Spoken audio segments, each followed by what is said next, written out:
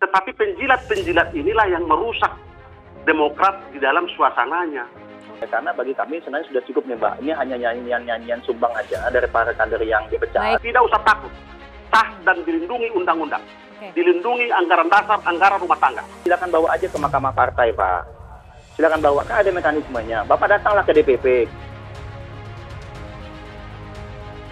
Bapak merasa protes, Bapak dipecat karena tindakan perbuatan di kala Bapak ini merupakan fakta terang benderang tadi. Bapak kan harusnya tahu kan bahwa apa mekanisme selanjutnya yang bisa Bapak lakukan. Silakan bawa aja ke Mahkamah Partai, Pak. Silakan bawa, kan ada mekanismenya. Bapak datanglah ke DPP, kita sambut loh Pak datang DPP. Silakan aja Pak gitu. Ya. Dan juga mengamputasi hak udah lama, tetapi tersumbat. Karena apa? Arogansi para pencari muka di sekelilingnya. Seperti Pak Jaki, dia nggak ngerti nafas Demokrat. Dia nggak paham bahwa demokrasi itu dibutuhkan dengan nafas, katakanlah keterbukaan demokratis. Bukan arogansi, bukan otoriter. Tetapi penjilat-penjilat inilah yang merusak Demokrat di dalam suasananya. Kalau dibilang otoriter tidak demokratis, saya bingung juga ini gitu loh ya. Komunikasi sangat cair, sangat lancar gitu loh. Mungkin yang nggak lancar yang memang tidak mau datang aja, yang tidak mau ketemu dengan kami ini. Oleh karena itu saudara-saudara saya dari Sumbar sampai Merauke, tidak usah takut. Sah dan dilindungi undang-undang. Dilindungi anggaran dasar, anggaran rumah tangga. Baca Undang-Undang Partai Politik pasal 5 ayat 2. Kongres adalah pengambil keputusan tertinggi di dalam partai politik atau sebutan lain. Bagi kami ini semakin menegaskan mereka tidak mampu menunjukkan bukti-bukti legalitas mereka dan berdebat di depan hukum. Dan kalau kita lihat ini, kita kadang-kadang ini adalah gugatannya Johnny Allen ini kontradiktif ya. Di satu sisi dia sudah mendeklarasikan bahwa dia adalah sekjen KLB ilegal. Tapi di satu sisi sampai sekarang dia masih mengakui AHY sebagai ketua umum dengan dia melakukan gugatan dia tentang pemecatan. Jadi Johnny Allen ini tidak konsisten. Siapapun yang diayani, yang dijolimi dengan cara-cara yang wajar, pastilah melakukan perlawanan. Itu adalah tindakan melawan hukum. Tanpa dipanggil, tanpa diproses itu pasti.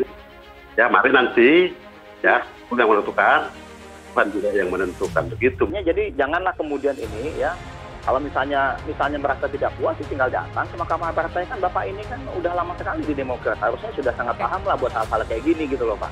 Ya. Nah, jadi ini yang membuat saya menjadi semakin tidak jelas ini. Kenapa? Ya karena bagi kami sebenarnya sudah cukup nih Mbak. Ini hanya nyanyian sumbang aja dari para kader yang dipecat. Karena mereka mungkin merasa punya dukungan nih dari oknum kekuasaan. Jadi mengabaikan semua pasal-pasal yang lain, termasuk katakanlah pemeriksaan.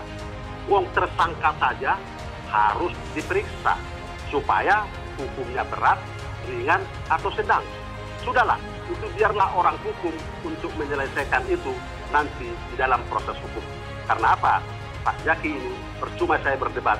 Karena memang betul ada perubahan, tetapi perubahannya tidak boleh bertentangan dengan ajas keadilan. Malum lah Mbak, emang kami mesti mendidik lagi lah untuk kayak masih masa lalu kader-kader yang terbawa budaya feodal. Kalau kami ini sangat demokratis, sangat terbuka, sangat transparan. Makanya agak bingung kalau bolak-balik ada nyanyian sumbang dari para mantan kader yang dipecat ini. Karena ini harus menjadi pembelajaran di kemudian hari. Jika ada yang dipecat, jika ada yang diberhentikan, dan dia merasa keberatan, dia merasa tidak nyaman atas itu, ada jalurnya.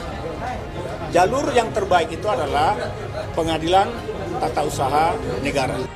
Dilakukan oleh ketua-ketua DPC Partai Demokrat yang dipecat oleh AHY.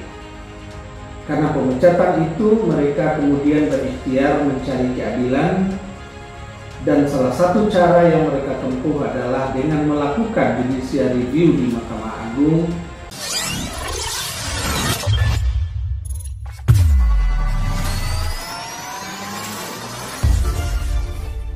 Johnny Allen tidak punya urat malu dan tak punya rasa bersalah, karena dari dulu Johnny Allen hanya pembegal Partai Demokrat. Johnny Allen ini sama saja dengan membuang ludahnya sendiri dan ditelan lagi. Ungkap Herzaki. Saya tidak mau kalau seorang mantan Partai Demokrat yang dari dulu kelakuannya hanya menjatuhkan Partai Demokrat, dan ingin bergabung ke Demokrat lagi, itu saja sama dengan pembodohan. Saya yang akan tolak mentah-mentah apabila Joni Allen mau ke Demokrat lagi, ungkap Herzaki. Ini kedua kalinya gugatan Joni Allen Marbun ditolak oleh pengadilan. Sebelumnya Pengadilan Negeri Jakarta Pusat telah menolak gugatan yang diajukan oleh Joni Allen Marbun terhadap Ketum Partai Demokrat Agus Harimurti Yudhoyono (AHY) terkait pemecatan dirinya dari partai, kata Mubo.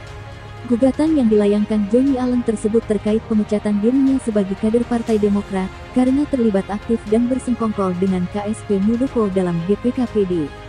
Mantan kader Partai Demokrat, Joni Allen Marbun menyoroti putusan Majelis Hakim terkait pemecatan yang dilakukan oleh Ketua Umum Partai Demokrat Agus Harimurti Yudhoyono.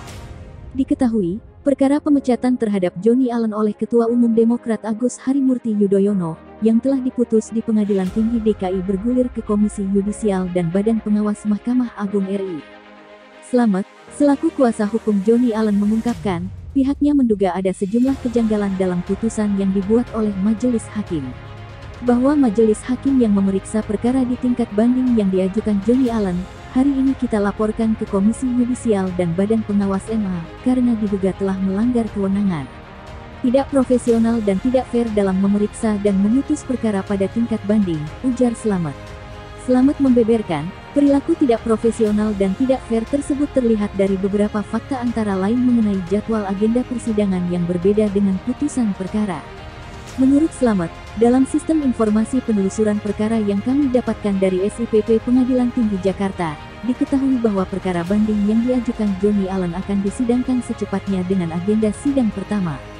Akan tetapi kami mendapatkan informasi lain, yaitu dari putusan Mahkamah Agung bahwa perkara banding yang diajukan Joni Allen telah diputus pada tanggal 18 Oktober tahun 2021.